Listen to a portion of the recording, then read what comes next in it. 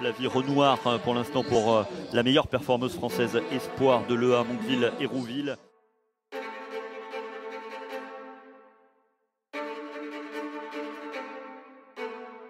C'est entre ces demoiselles que va se jouer le titre de championne de France du 3000 mètres steeple. Au passage sur la ligne, la cloche va retentir. Ce sera le dernier tour, l'explication finale sur ce 3000 mètres steeple féminin. Là, c'était vraiment mon meilleur souvenir et c'est ce qui a lancé aussi. Ça a créé une petite étincelle et du coup depuis...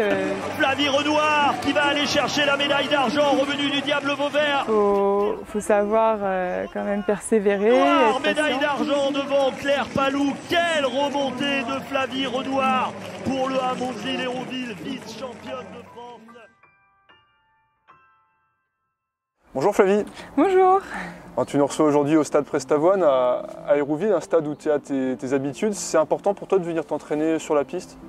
Bah oui, j'aime beaucoup l'ambiance de la piste et les séances aussi sous le soleil où on donne tout. Est-ce que cette période voilà, où tu as quand même malgré tout pu faire des compétitions, c'est le principal, a été l'occasion aussi de faire un point peut-être avec ton entraîneur, donc qui est ton père, sur le chemin parcouru depuis 1 an et demi maintenant et ta première sélection en équipe de France? Oui, effectivement, ça permet de se rendre compte un petit peu et de prendre du recul sur la progression et sur les étapes aussi qui restent à franchir parce qu'on sait que c'est pas du tout fini, enfin, c'est un peu le début mais il est bien lancé pour l'instant.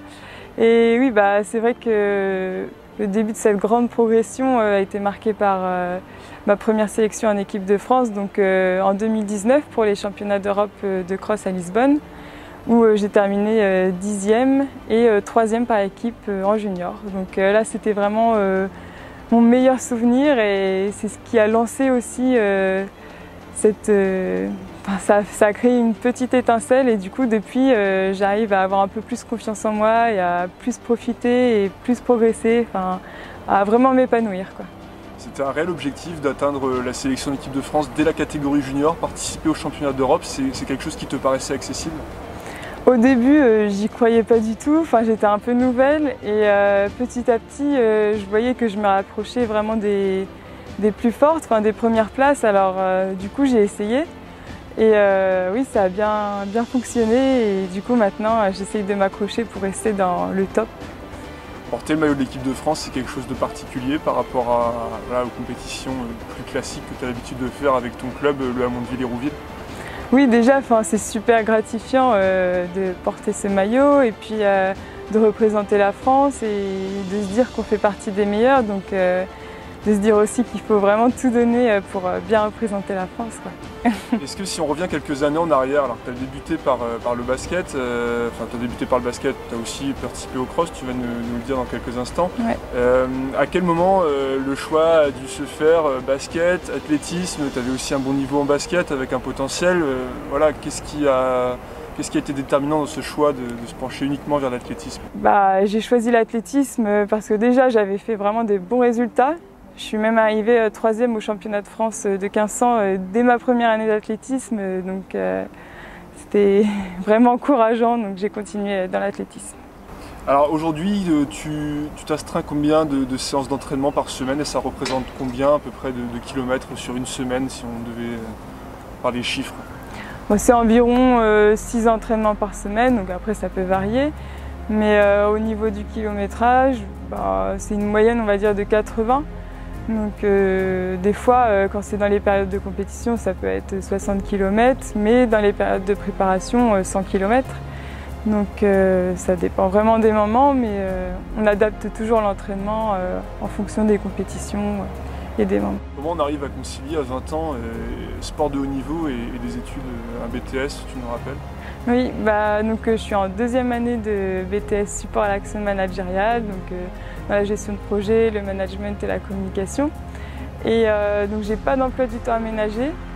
Du coup, il faut vraiment être organisé.